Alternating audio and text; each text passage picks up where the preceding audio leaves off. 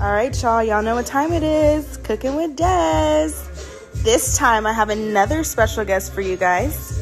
My sister, Daishia, is going to be baking some peanut butter cookies.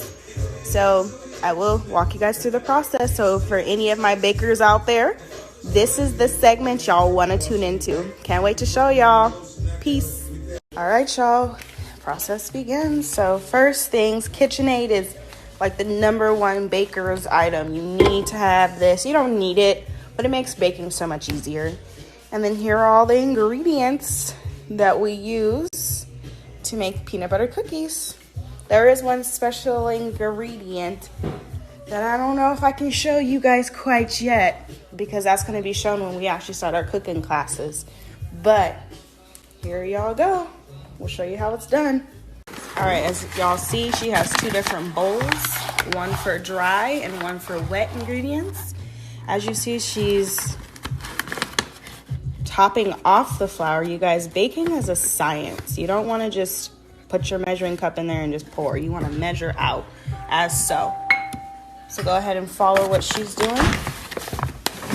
You see how that technique? That's the best technique to have, y'all.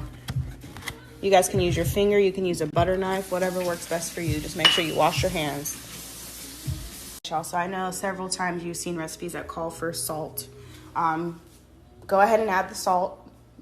You only need a little bit, but salt usually is to help with some type of chemical reaction in baking.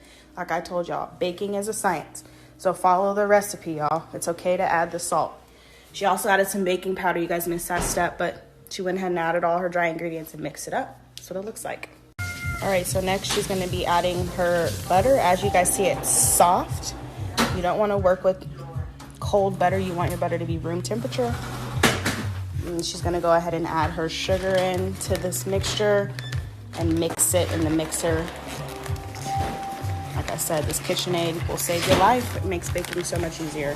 And it's important to pack. Make sure you pack your brown sugar. Very important step as well. And you want it to look like that. You know it's packed. It takes the form of whatever it's in. So now that all the ingredients are inside, you now want to attach the whisk attachment. So you put it on like that and twist it. Now it's really important the different attachments that you use. When you're doing your butter and sugar, you want to use the whisk attachment. But once you start adding your flour in later, you want to use the dough attachment. Because right now we're trying to just mix these ingredients together, while later we'll be trying to mix the dough together. So 2 different attachments are necessary. Another tip, this one is from Daish. Thanks, Daish. Another essential thing to have in the kitchen when you're cooking is a spatula. Because as you are mixing, you want to push it down from the sides so that you can get all of the butter and sugar incorporated. You don't want any chunks in your baking. If you're a rookie, I recommend you turn it off while you do this step, but you know, I'm more advanced, so I could do it while it's on. Take it slow, y'all. It's okay. We cook for all levels. So, as you see, it's coming incorporating together and beautifully. So next is the peanut butter. She adds in both crunchy and regular peanut butter for texture. And then you do a heaping cup and add it to your mixture. Show you what it looks like when it's incorporated. It's important to change the speed as well. You know, the thicker the stuff gets, the faster you want it to go, so that it incorporates better. I had incorporated 2 eggs and some vanilla extract. Make sure you guys are utilizing a good one because it brings out the flavor even better in your baking. If you use the imitation, it's not good. Thank you, Dave, for finishing it out for me. So this is the part where the switching of the head becomes important. We're using the whisk attachment, and I'm slowly starting to add the flour. And I will keep the whisk attachment on there until it starts to accumulate into a thicker dough. And then that's when I'm going to change it to the dough tip. And it's also important to keep your speed low, because if you put out a high speed when you're incorporating your flour, you're just going to blow flour everywhere. Good tip, thanks. Y'all, this is a lot thicker. She still has some more flour to incorporate, so she is now taking off this attachment and adding on the dough attachment, y'all. Which is this one. Which is that one. new attachment has been added, just continue to go ahead and add your flour. While it's starting to thicken up, y'all can see. Add all the flour till it's gone.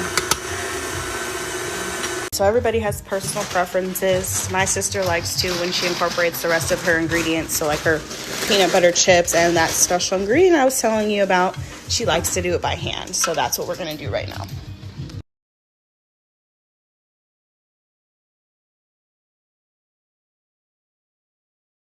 You guys can see she's folding in the special ingredient in the chips. And this is the technique that you guys wanna have when doing so. Lift and press down.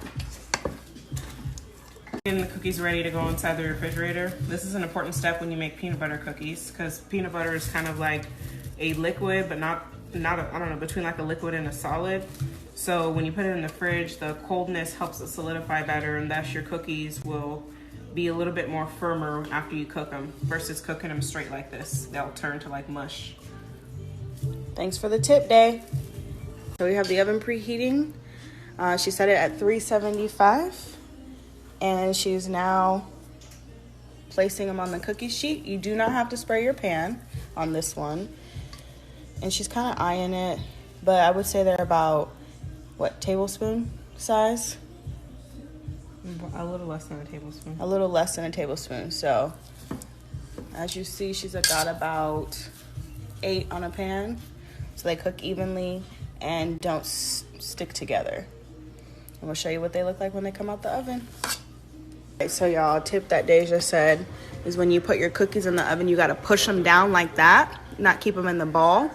Because if you do not do that, they'll end up burnt on the bottom. So we'll show you kind of what it looks like when they're pushed down. Y'all, so now with the ones that are pushed down, as you see, they're not like Perfect. that. So not pushed down. Forgot to push them down and push down before I baked them. There you go.